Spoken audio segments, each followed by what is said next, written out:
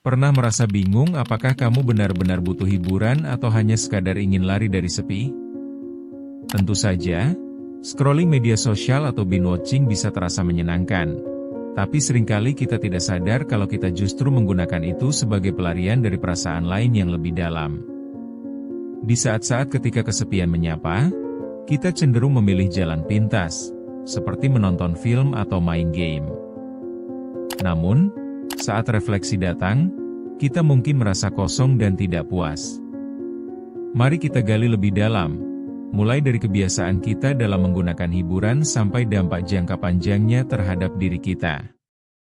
Chapter 1, Kebiasaan buruk yang kita acuhkan. Akhir-akhir ini, kita sering terjebak dalam rutinitas mencari hiburan yang sesungguhnya hanya pelepas penat. Coba deh ingat, berapa banyak jam yang kita habiskan hanya buat scrolling sosial media? Rasanya, kita cuma menghabiskan waktu tanpa tahu tujuan. Kebiasaan ini kerap membuat kita lupa akan hal-hal penting lainnya, seperti interaksi langsung dengan teman atau waktu sendiri yang berkualitas. Kita bahkan kadang enggan berbicara dengan orang di sekitar, lebih memilih menonton drakor yang kadang juga membuat kita lupa bagaimana cara berbicara. Satu hal yang mungkin kita abai adalah, ketika kita memilih untuk mencari hiburan pada perangkat kita sebenarnya mengabaikan keinginan untuk mendalami diri sendiri. Tentu saja, hiburan bisa menyenangkan, tapi kita harus sadar, terlalu banyak terjebak di dunia maya bisa bikin kita kehilangan arah. Mari kita lihat apa yang bisa kita lakukan untuk mengubah kebiasaan ini menjadi lebih baik. Chapter 2, Pentingnya memahami diri sendiri. Kita kadang lupa untuk mendengarkan suara hati kita sendiri. Ketika kesepian datang, bukan berarti kita harus mencari hiburan di luar diri. Ada kalanya kita perlu menghabiskan waktu berharga bersama diri sendiri untuk memahami pikiran dan perasaan kita. Mengapa ini penting? Karena memahami diri sendiri adalah langkah pertama menuju kesehatan mental yang lebih baik. Saat kita belajar untuk mengenal diri lebih dalam, kita jadi lebih aware terhadap kebiasaan buruk yang mungkin bikin kita terjebak. Misalnya, berapa sering kita menggunakan hiburan sebagai pengalihan saat ada masalah yang perlu dihadapi? Dengan menyadari hal ini, kita bisa mulai mengambil langkah kecil untuk meredakan kesepian, tanpa bergantung pada hiburan luar.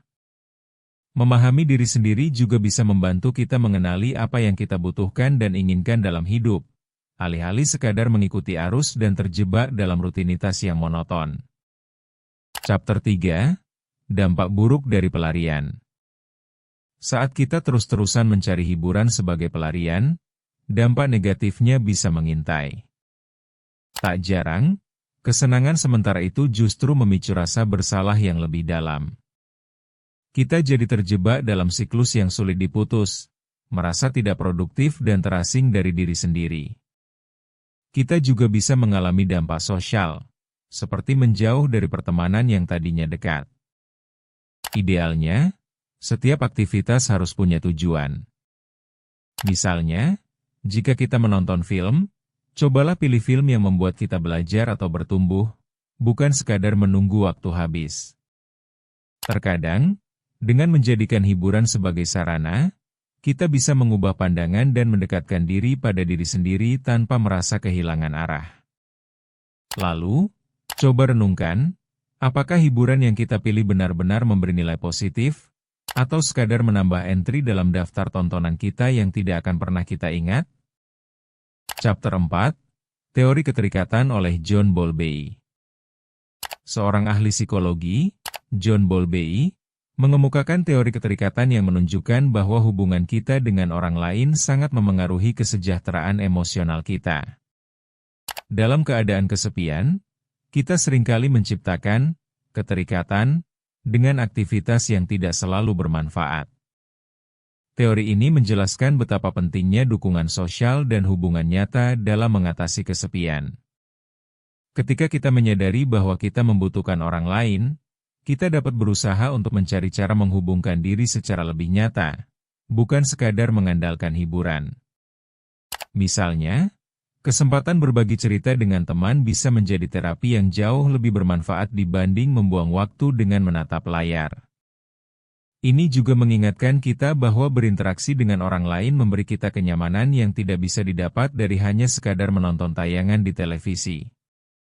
Chapter 5. Langkah awal menuju hiburan yang sehat.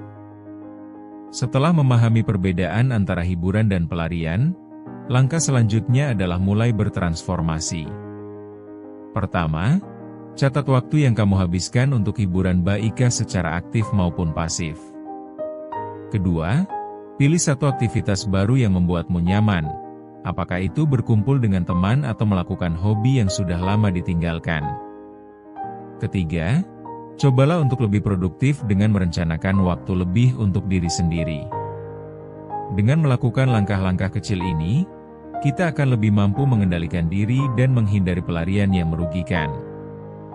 Ini bukan tentang berusaha keras untuk mengubah hidup dalam semalam, namun menjadikan hiburan yang kita pilih sebagai sumber pertumbuhan, bukan pelarian dari kesepian. Mari kita coba balikan paradigma kita, agar setiap kali kita berhasrat untuk menikmati hiburan, kita benar-benar merasakannya sebagai bagian dari pengalaman hidup yang lebih berarti. Jangan ragu untuk berkunjung ke ruang tumbuh dan temukan cara lain untuk mendalami diri. Bertumbuh itu proses, bukan lomba.